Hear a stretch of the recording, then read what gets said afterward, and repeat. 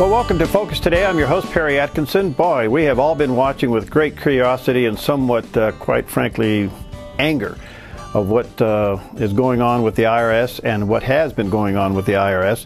Well, today we have a very special person to speak into this whole issue. Michael Vilardi is with us. He's a retired criminal investigator with the IRS, having left that position after 22 years of service. He started the tax division at the Protection Law Center in Florida, and he helps a lot of people with their IRS tax issues. And he's also started the Michael Vilardi LLC, where he deploys his unique set of skills and knowledge about the ins and outs of the IRS to serve anyone with serious tax issues. Well, Michael, nice to have you with us today. How you doing, my friend? Good. How are you? Good. First of all, what is the Protection Law Center? Give us a little update on that. Well, that was a law firm that I worked for when I first retired. I started the tax division, and I started my own business, which is Vilardi, VILARDIEA.com. And I got an 800 number at 888-873-8825. So now I'm in the business of protecting people in case they've been wronged by the IRS in any way. All right, so what's your snapshot review of the mess that we're all watching unfold these days with the IRS? Well, if anybody wants to, I could give them the Treasury Inspector General released a report. And that report can be found at tigpa.gov/audits. They could read the report for themselves. So basically, here's what the TIGTA report found. All right.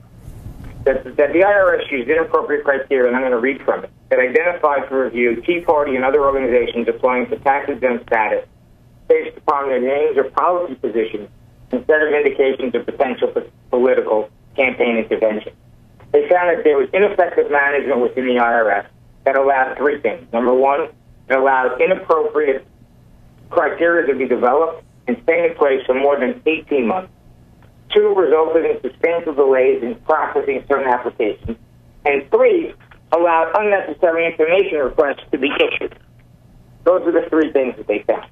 Now, they went on to say this. Although the processing of some applications with potential significant political campaign intervention was started soon after receipt, no work was completed on the majority of these applications for 13 months. And this was due to delays in receiving assistance from the exempt organization function headquarters office. So in the report, it clearly takes the blame and brings it back to Washington. Wow. All right, a couple questions. In your opinion, were laws broken? Yes. Okay. And let me give you examples of the laws that were broken in two of them. All right. First of all, some of this information was disseminated to outside groups. That's against the disclosure laws of the Internal Revenue Service. Back in the 1990s, there were congressional hearings on the Internal Revenue Service, and they brought horror story after horror story. One case was where there was a family that owned a restaurant, a diner. They hired a waitress. They fired her. She got upset about being fired. She went to the IRS and said they have double set of books. They keep all this cash. The IRS went in there, basically bankrupted them. Through having to pay attorney fees, accountants, and just harassment. So as a result, the IRS, the congressional hearings, after hearing all these stories, said to the IRS, please defend yourself. The IRS basically said, we cannot. Now, the reason they cannot is because of these disclosure laws. They're not allowed to talk about somebody else's taxes publicly. They can't do it. It's against the law. It's a fireable offense. It's also a jailable offense. So some of this Tea Party information that was disseminated outside of the IRS was an unlawful disclosure. Now, what President Clinton did back in 1999 was he said that he signed a set of laws called Section 1203. Section 1203, and especially 1203B, was this harassment clause, allows IRS employees to be fired for harassing taxpayers. Clearly what we have here is indications of harassment. They were asking for Facebook pages, all sorts of stuff that had nothing to do with taxes or the tax-exempt status. It was an overreach. And as a result of that, if there are figure investigations into the employees that requested that information, it would be a fireable offense. Okay, to protect our time here, let's fast forward this a little bit. Of course, you know, Miller has now resigned, but he was going to leave office anyway, and some heads are starting to roll. Where would this come from? I mean, how would this happen if there didn't come from some other special interest group asking for this kind of behavior to take place? Well, you know, clearly what you have here in the SIGDA report itself, it points the figure at exempt organizations functioning in headquarters. Now this, at the time, from 2009 to 2012, this office was headed by a woman named Sarah Hall Ingram. Right. Okay. Now, she was subsequently promoted to take over the IRS's Affordable Care Act division, which is a new division that's just starting, that's going to enforce the mandate tax on people who do not have health insurance. Yeah, the Obamacare. Yeah. Now, here's what's interesting. She received a $109,000 bonus for this promotion. And you could look at this one of two ways. You could look at it as either it was a reward for doing this, a job well done, okay?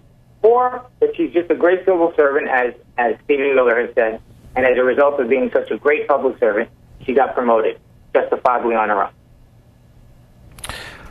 Well, do you think her job's in jeopardy now? Because she obviously oversaw these targetings, knowing, I mean, if she was an employee overseeing these targetings, she probably knew she was breaking the law. Well, the fact that the report itself, the SIGDA report, points the figure right at her office, okay, tells me she's in deep trouble. Okay. Now, so do you think it's just a rogue employee at the IRS, or do you think it came from higher-ups, the order to do this? Well, here's what's very interesting, and I don't know if this is accidental or not, but there were a group of senators. Right. Senator Heeman, right. Senator Franken, that were urging the IRS to target Tea Party people in 2012. Right. And let me read a little just from an article here. The IRS's mission last Friday that it had singled out Tea Party and other groups for extra audits and delays has raised concern that President Barack Obama's administration quietly attempted to stymie opponents through intimidation. But many prominent Democrats, including Montana Senator Max Baucus, Americans United for the Separation of Church and State, and the New York Times editorial board, have been publicly calling for tighter restrictions on 501c4 groups affiliated with the Tea Party and conservatives. Last year, Schumer, along with Democrats Michael Bennet, Sheldon Whitehouse, Jeff Merkley, Tom Udall, Janine Shaheen, and Al Franken, penned a letter calling on the agency to cap the amount of the political spending by groups masquerading as social welfare organizations. Well, now, if you follow that road, then that brings these senators in under scrutiny. Yes. Okay, because they now have asked for the IRS to break the law. All right. Do you think there'll be some jail time here with some people? This should be. I mean, the violating the disclosure laws is definitely, a jail time offense. Yeah. If nothing else, under Section 1203B, the harassment clause under that Clinton law, people need to be fired.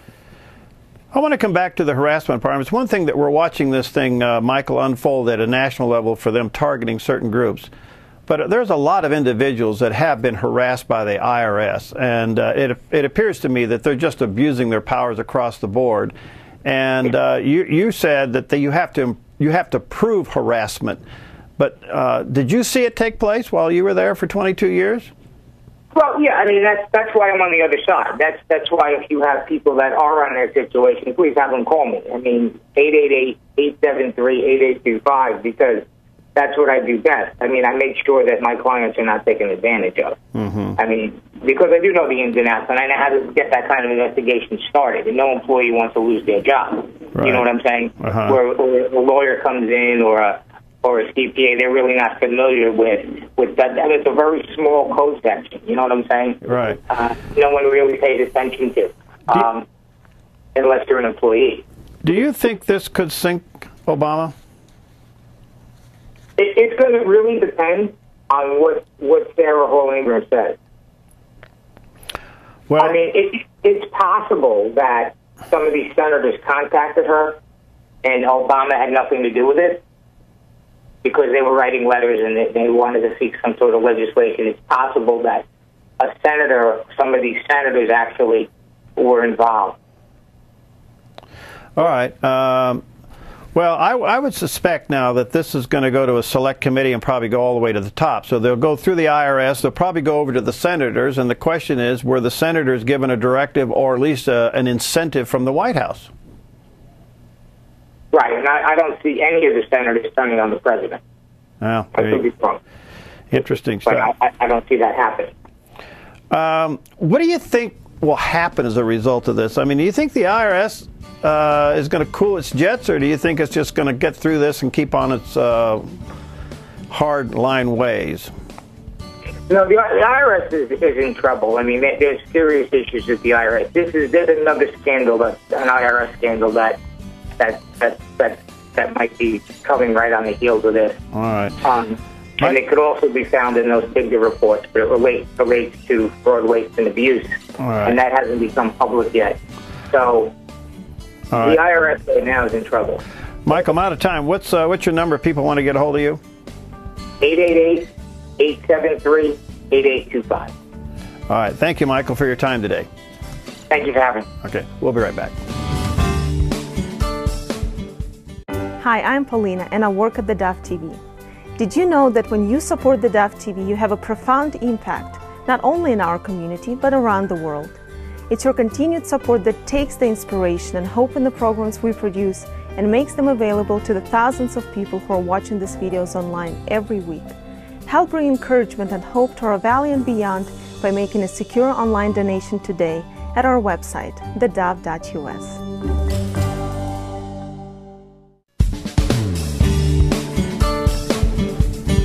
Well, parents, are you panicking as to what your kids are going to do this summer while you still have to be at work? Well, we have the answer man here with us today. Gary Taylor's with us today. He's the Valley YMCA, and on his little tag there it says Director of Fun.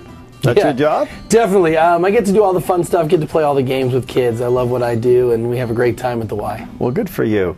All right, summer's coming up, and you're getting the phone calls, and the parents are saying, hey, where can Johnny and Susie go? Yeah. Or what are your programs? Yeah, the reality is setting in that summer is just a few short weeks away, and the real reality for some parents won't hit for a couple more weeks. But but camp is here, and summer is coming, and the Y has got a place for kids all summer long. We have day camp programs that run all summer, and then a lot of specialty camp, overnight camps, and keeping kids real busy and active this summer. So what does a parent do if they want to find out what's available?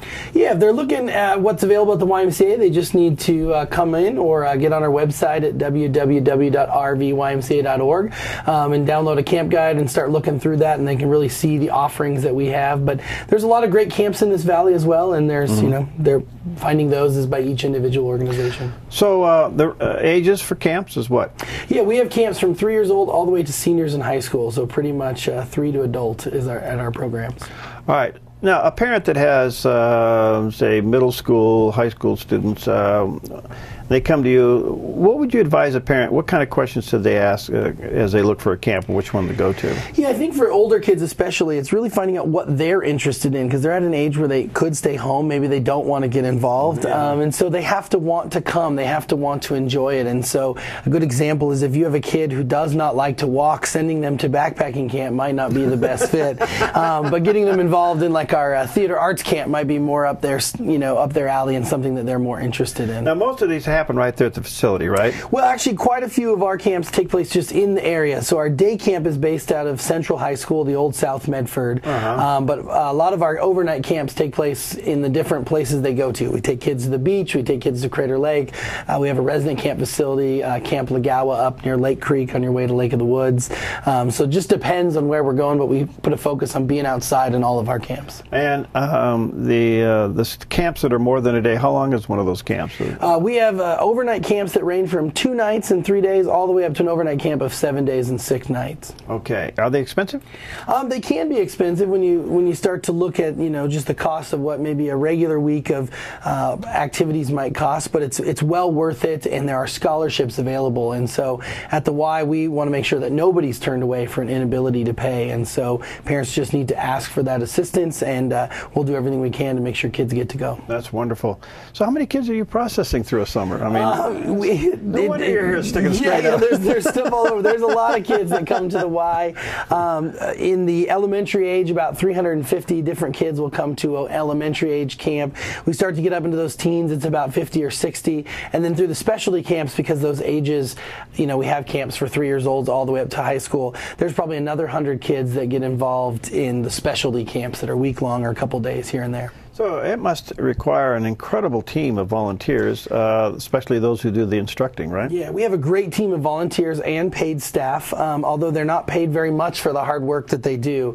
They're asked to work very long hours, and they spend that entire time with children, making the child their focus. And it's a lot of fun. And one of the best parts of my job is getting to hire them and getting to see all those unique personalities that come to camp. And we have everybody from guitar players to folks that love to play soccer, or folks that were the high school track star. And so it's just an amazing group of staff that we get to bring together, and volunteers that work with these kids. Now, do you ever get to go to camp yourself? I mean, or are you so busy managing the bunch? It's a combination.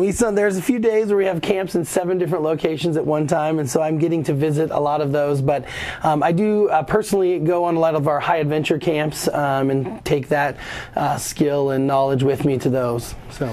This is really a great thing. So, again, parents, if you're kind of at that time of, we realize, we're going into Memorial Day weekend, June is right around the corner, and school and graduation, and boom, these kids are going to be out. How much lead time should a parents give you? The more lead time, the better, as things do start to wait list and fill up. But at the Y, we don't have an official cutoff date. We want to get kids in and engaged. So as long as we have a spot and availability, we'll get kids in. And what makes our program a little bit unique in just our staffing structure, because we have a day camp home-based program, we really have a lot of staff we can pull on for those specialty camps. So we can add a staff and get more kids involved as the need arises. All right. So the main thing the parent has to do is get them there. Get them there. They got to get them there. All right. And then from there, you take over for the day or the they couple. Get them there with the lunch, and then really we take care of the rest, and we keep kids engaged and active and busy, and they're having a good time, and making sure that when things start to maybe lull out a little bit, we pick it up with a new activity, change the pace, and keep kids trying new things all summer long. What a great service. And you have scholarships. I want parents to know that. And you can ask all kinds of questions. Gary's the guy to get a hold of. They should go to rvymca.org. Yep, that's correct. And find out the variety of camps and and the times, and these go all summer, right? All summer long. We have a camp from the first day school's out until the Friday before Labor Day weekend. Really? Yeah. Boy, that's a lot of turnover. Do these kids go from one to the other? There's a combination. About 50 to 60% of our kids go almost every week of the summer to one program or another, and then there's another 40% that come in and try and sample and take advantage of the different specialty options. All right. Well, Gary, that's pretty exciting, and I just want to commend what you guys do down there. You guys just do a wonderful job, and you're probably like us. You're outgrowing your facility, right? Yeah. So you got to use everything else out there. We are using lots of spaces. Got to take full advantage of our partnership with the Medford School District, Eagle Point Parks and Rec, Central Point Parks and Rec, and we partner with all those agencies to offer different camps. The Randall Theater is where we're partnering with our performing arts camp. So it's all about partnering. It's all about finding a space, and it's all about keeping kids busy and engaged. Oh, that's right. You need volunteers? Always open to volunteers, always looking for folks from skilled individuals like camp nurses that want to spend the time as a nurse, to someone that just cares about kids and wants to do the right thing. All right, get a hold of them down there at the Valley YMCA. Can they give you a call? They can give me a call, and they can call us at 541-772-6295, extension 107. All right, I got it here, but I'll give it to you. 772-6295, extension 107. Gary Taylor, he's the man. He's the director of fun. I love that that tag you got on there. Yeah. Well, I hope you survive. Yeah, we'll make it through another summer, and kids will be happy, I'm sure. All right, thanks for coming in. Thank you so much. Okay, take care. We'll be right back. Hi, I'm Daniel, and I work at theDove TV. You know, compared to Portland, Seattle, and LA, Medford might be considered a small market, but at theDove, we're excited about the opportunity to make a big impact right here in our community. And you help make that happen. Did you know that more than 90% of our income comes from people like you? You can help us now by making a secure online donation at our website, thedove.us, or by phoning 541-776-5368.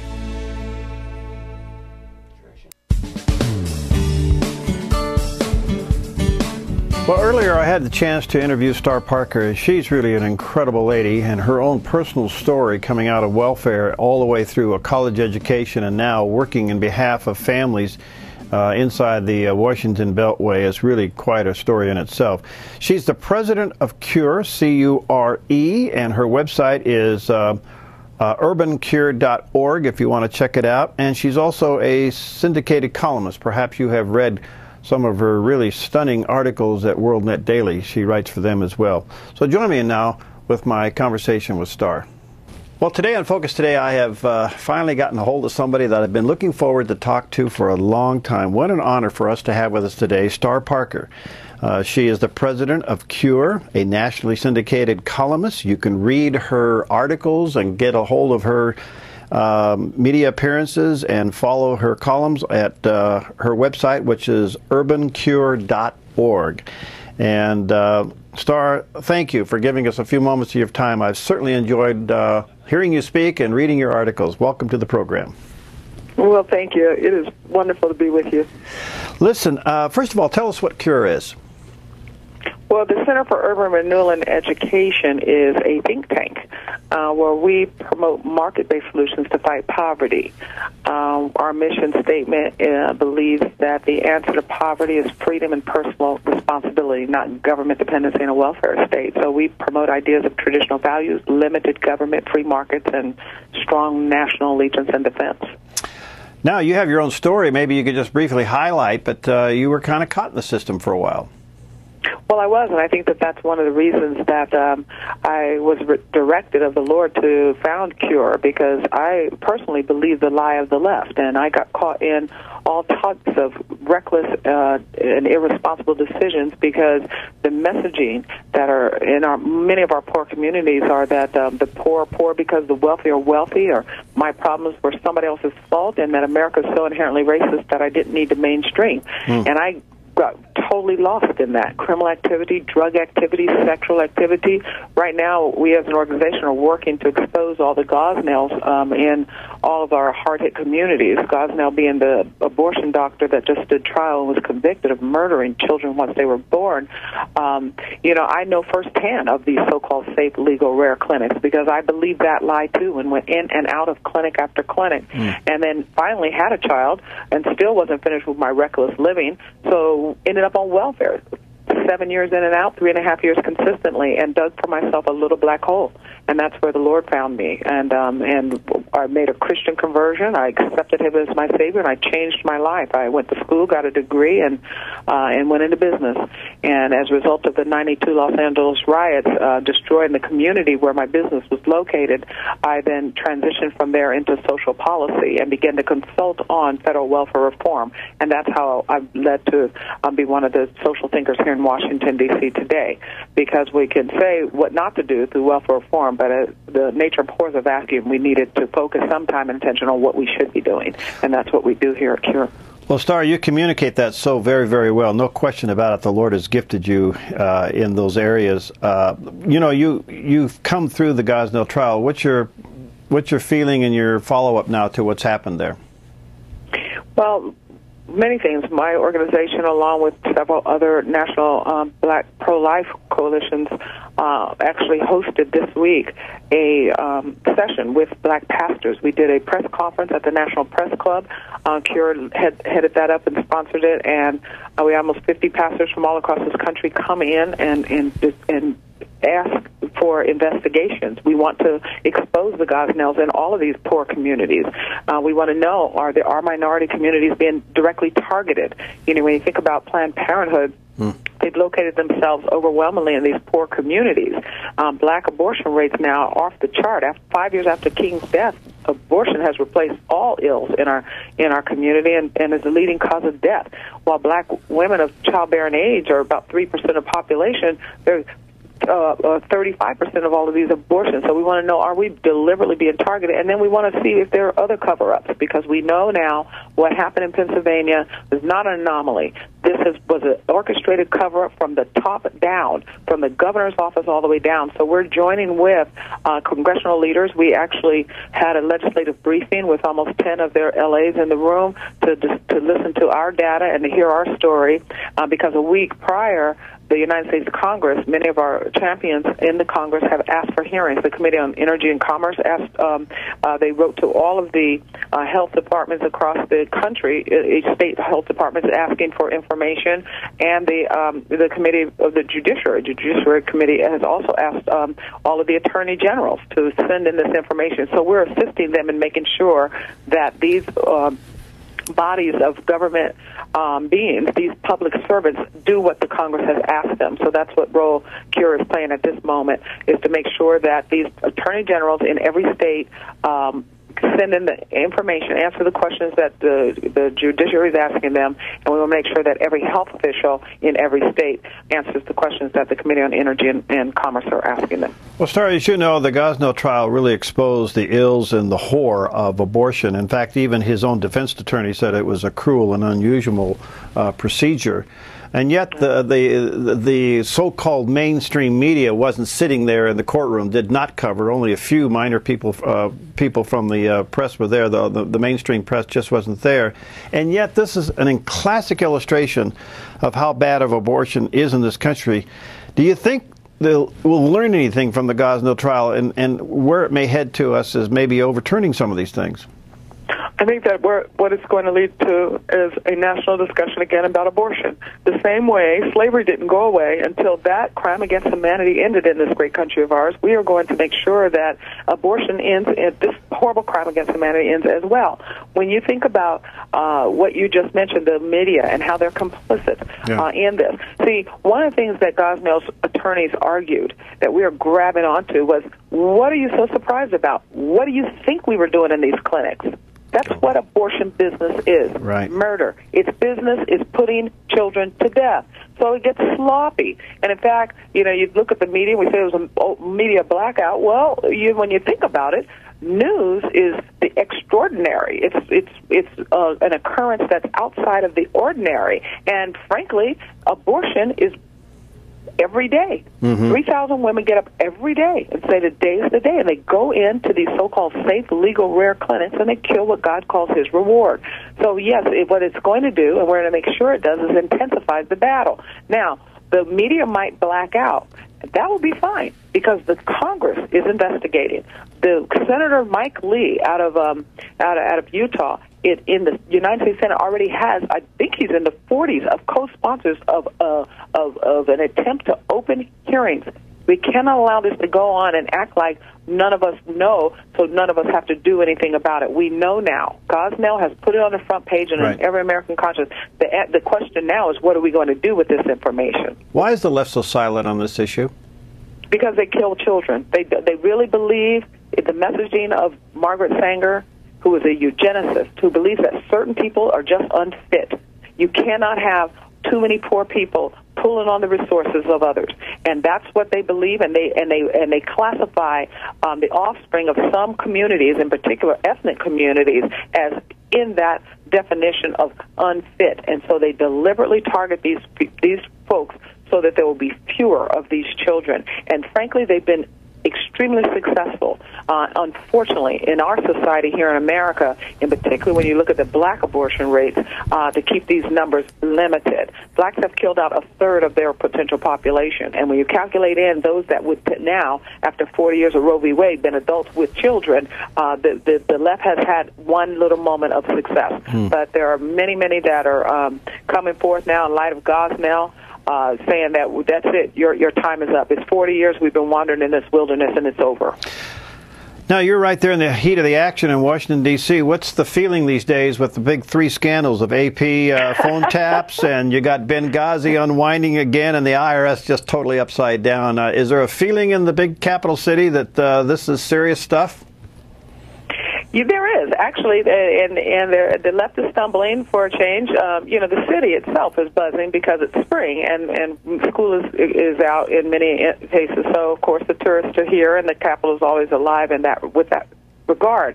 But when you talk about the activity on Capitol Hill, yeah, there, I suppose, is a satisfaction in the room of in the quarters of those of us who have been trying to expose the left wing agenda here in Washington, D.C., and uncover, and who also believe the scriptures that God, you say that they won't get away with it. You said in Psalm 2 that, the kings of this earth set themselves against you and your anointed, but you're going to laugh at them. So, yeah, it's interesting that all of this comes down at the same time. But that said, it also has pretty much pushed Gosnell to the second page of the paper, and so the president still has not addressed it, and we have work to do to get him to return to this historic moment where the first time in 40 years an abortion doctor was on the stand, made his case, and was found guilty of murder.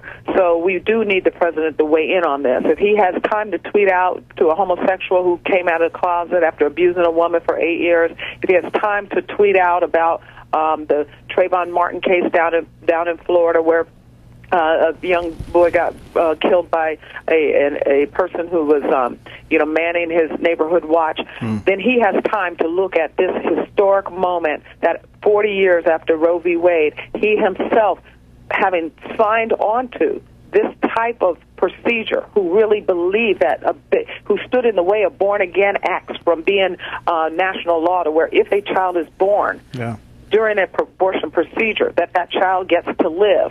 And the president didn't think that this is good. The president spoke out when the Supreme Court ruled that we were going to ban partial birth abortion, which is cruel and barbaric as these procedures that Gosnell was performing. So yes, he owes us. He owes us a statement. And so in light of all the rest of the news breaking, we'll have to sit back and still await that statement. Do you really expect it? Do you really expect he'll give you? Yeah. One part of me doesn't, and I don't. But you never know. I mean, the way that all this stuff started. Who would have thought in November that today, they would be backed up. Yeah. When you look at this type of narcissism and arrogance that came into Washington, D.C., that thought they were going to get their way, and they're every place they're losing. They lost on the gun issue. He had a lot of political capital in that. He's losing rapidly. It's unraveling rapidly, like the scripture says. So who knows? We don't know what the future holds for us to get another opportunity for abortion to be on the front page, and then we can remind him of Gosnell. But right now, no. He's probably, although this is a headache with the IRS and with Benghazi and with the other scandals that are, the AP story. This is a big headache for him. But there probably is some back corner in the White House a little relief that it broke the same week that Gosnell's trial ended. Well, Star, you are an inspiration. Thank you so much, and let's stay in touch. And again, I want to encourage our viewers and listeners to go to her website, urbancure.org, and keep track. If she's in your area speaking, drop everything and go listen to Star. She's inspiring, and I believe you're anointed. Please read her article. She is spot on. So thank you, Star. We'll look forward to seeing you again and talking to you soon. I look forward to it. I've just been blessed by this. Hi, Star Parker. Boy, what an incredible lady. Hey, coming up next, well, we almost got the popcorn and the hot dogs ready to go out at the Medford Rogues, and we got the general manager in the studio to talk about the new season coming up next here on Focus Today. Hi, I'm Paula, and I work at theDove TV.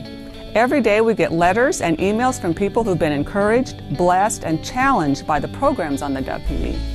But we couldn't do it without you.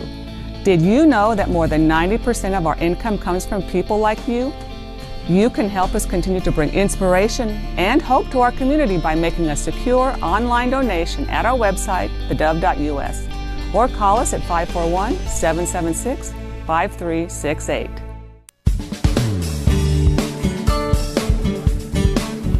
Well, I am delighted to have in the studio today with us Chuck Heeman. He is the general manager of the Medford Rogues, and they are the baseball team, as you know, that we've been waiting to see and watch and play and go and have fun with. And Chuck, nice to have you in the studio today. Thank you. I appreciate the time. You know, this is pretty exciting, and there's still some construction going on out there. Yeah, we're people that have been following us, they know we're doing a $500,000 upgrade to Harry and David Field, and at this point we're about 90% done. Really, the big stuff is done. The concrete work, the new seating areas are all in.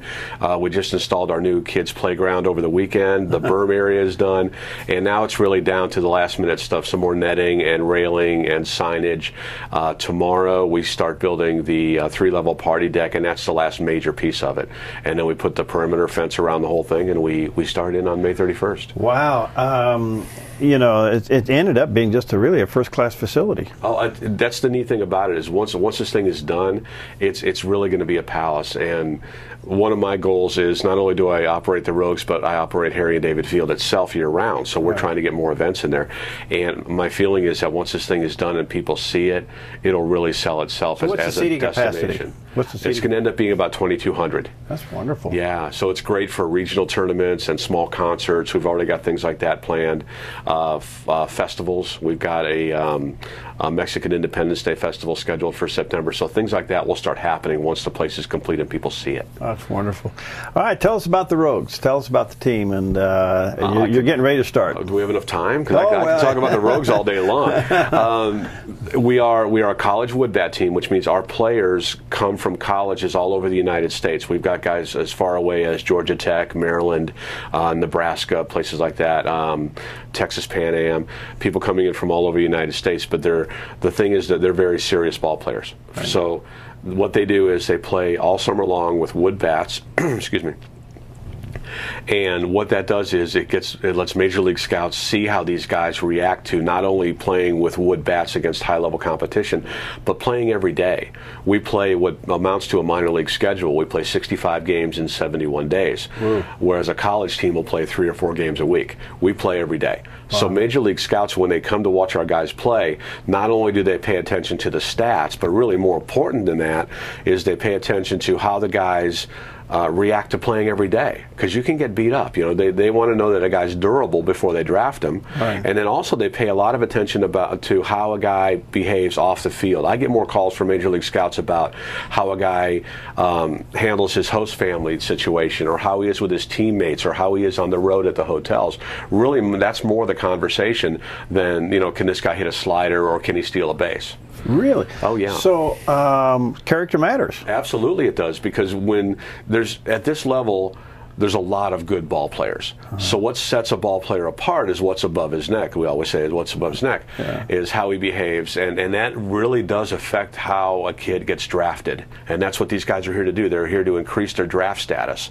So it does play a big role in it. How big is the team? How many members you got going? Right now, we have 47 guys. Now, what'll happen is we have 2 categories. We have a 10-day player and we have a full season player. The 10-day player starts the season with us. Okay. A lot of our Division I players don't get out of school until mid-June, and then also a lot of them are in their conference tournament. Our University of Oregon guys, for instance, UC Santa Barbara, some of those guys, they get in their conference tournament and they won't be here till mid-June. So we sign a number of guys mainly out of the junior colleges and D1 schools that get out earlier to start that. So we're in the mid-40s right now. We'll land at about 32 at the end of the day. We'll have some guys drop out. The host families are all taken care of? Not so much. That's absolutely a major concern right now. And really, the biggest concern we have right now, above the construction and the team and winning and losing, is finding host families for the players. All right. So somebody, what do you required of a host family? Basically, and it's really simple. Basically, do you have an extra room or an extra bed? Because you got to remember, like I said, these guys play 65 games in 71 days. They're almost never there. They're either at the ballpark or on the road. We only have 6 off days in the 10 weeks. So really, these guys just need a place to go. You're not responsible for their transportation. You're not required to feed them. Just, let them stay at your house. Now, if you're making dinner and they happen to be there, you want to throw them a bowl of soup. We'd appreciate it. But the liability is really on the player. All the players have their own insurance. Many of them have their own cars. Really, it's just a place for the guys to stay while they're here in the summer. It's 10 weeks, and like I say, they're almost never there. So that's really, above all else, our major concern right now is we're about halfway there on getting host families, and we've got a week to go. Well, if you're interested in hosting one of the ball players for over this summer months, like I said, just basically a place to lay their head, in a bathroom or something. And we show the host families a lot of love. Everybody in the home gets free season tickets for the year. We do host family outings, barbecues. Right. We show you a lot of love for taking care of our guys. All right. How, they get a hold of you? Yes. You can call us at 973-2883, or medfordrogues.com is our website, and it has all the information there. But it's again, right now it's our biggest concern. That's wonderful. Well, let Chuck know if you have a home or an extra bedroom. Maybe you got a place in the basement, a place in the attic. I mean, who knows? Inflatable bed out in the backyard, whatever you need to do. All right, so you're gearing up, and you got a couple of preseason games. We do. Our first official league game that counts is June 5th, Wednesday, June 5th. We play 5 preseason games before that. Whoa. Yeah, so it does 2 things. It's there's 3 at home, and 1 in Klamath Falls and 1 in Grants Pass. But what it does is it lets us evaluate these early players that are coming in, so we know what we have going into the regular season. And also it gives our fans kind of a taste of what we're going to do during the year. We've discounted the tickets for all those games. The tickets are $5, all our home games for the preseason. So we're going to do a little bit here and a little bit there. We'll do the Dizzy Bat race here and a race. It's just kind of showing people what we're going to be doing once we hit it full on June 5th.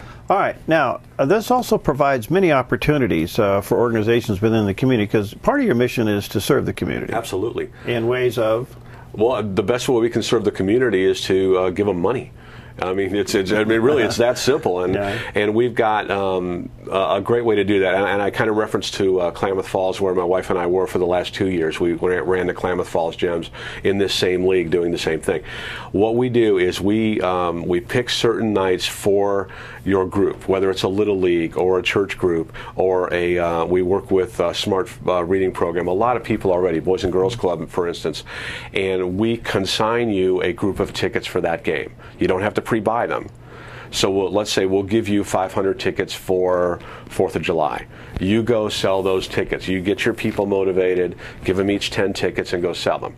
You keep half the money, we keep half the money. Wow. So what it does on my end, it brings in people to my ballpark to show them what we do and hopefully make them Rogues fans. But what it also does is it puts cash into your group's pocket. And the beauty of it is, again, you don't have to pre-buy anything, so you're not stuck with a garage full of candy or candles or anything like that.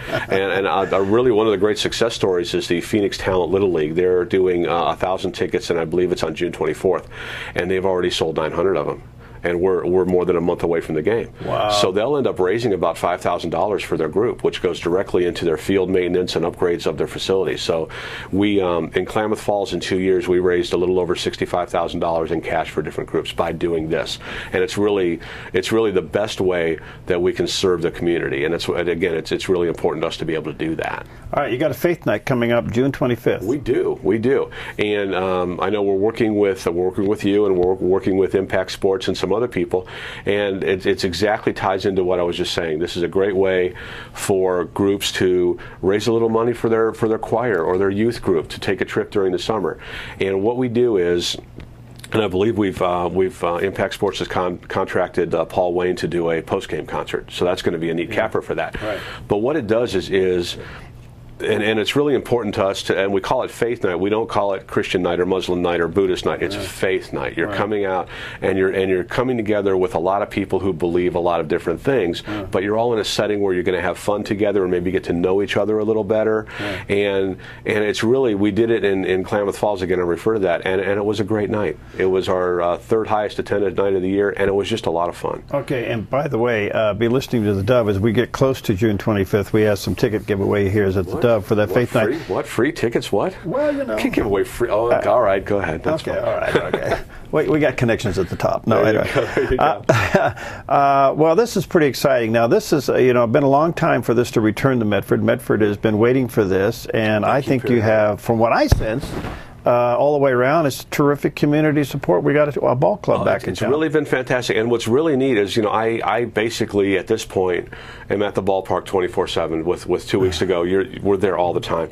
And in the last week or so, we have had so many people just come by the ballpark to look at it. They see the construction going on as they're back in the complex or driving down the highway, and just to come by and see it, and just the positive reaction of those people alone. You go talk to them, and hey, what do you think? And then our corporate support's been great, the media support's been great, and with any sort of luck, we'll have great turnout and we'll get people out and entertain them.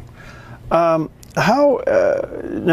the players come from all over the country here, and they're here primarily not only to win as a team, but to gain the eye of a scout. Absolutely. How many scouts will come and go through your? Over the course of the year, on average, we'll get 3 to 4 per game, and it really depends on the scout and what he wants to see, who he wants to see. Do they tell you who they're watching? Or Absolutely, yes, they do. I don't tell the players. I never tell the players they're being watched because that affects their play. Right. But the scouts will get in advance to say, is this guy going to be in the lineup? Is this guy going to pitch today? And that's when they'll show up. If I have Justin Huckabee pitching on Thursday, well, the scout will show up to see him on Thursday. So we coordinate a couple weeks in advance. So it's a lot of phone calls and emails with scouts. All right, and they spend 1 or 2 games? It depends on who they want to see. If they want to see one of our starting pitchers, they'll stay and see him play, and then maybe move up to Corvallis and see somebody else. And then beyond that, what we also have is one of the reasons we're so successful in placing players. We have a lot of players from junior colleges, from NWAC schools like Lane and Lynn Benton and places like that. Well, you'll see Division I coaches come to our games, and they'll see players that maybe fit a need for them.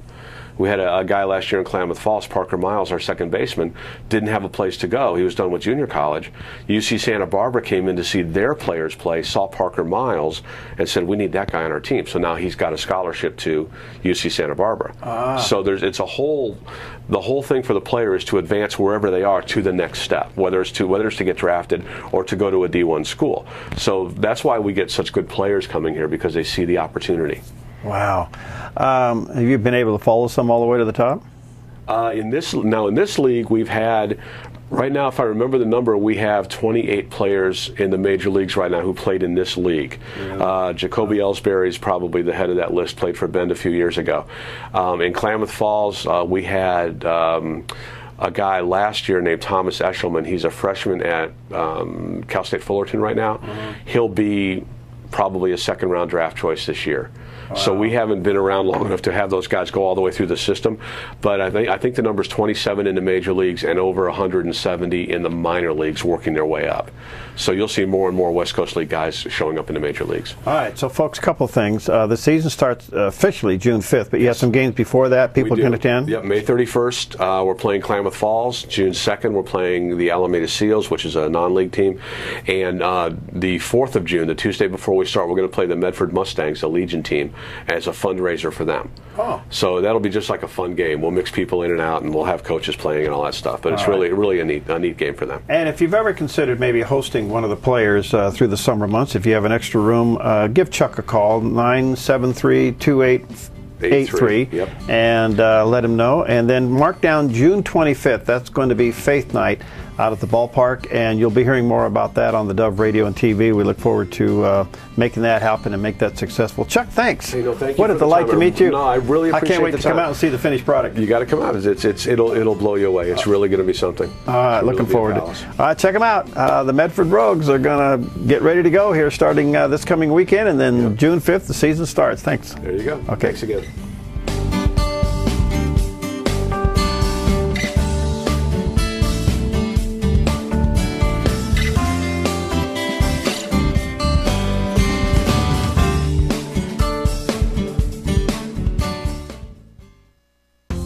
Hi, I'm Jim and I work at the Dove TV. Every weekday between 6 and 8 a.m., our award-winning news and sports team bring you the best morning show around. It's live, it's honest, and it's a whole lot of fun. And you help make it happen. Did you know that more than 90% of our income comes from people like you? You can help us continue to air local programs that share your voice by making a secure online donation at our website, thedove.us.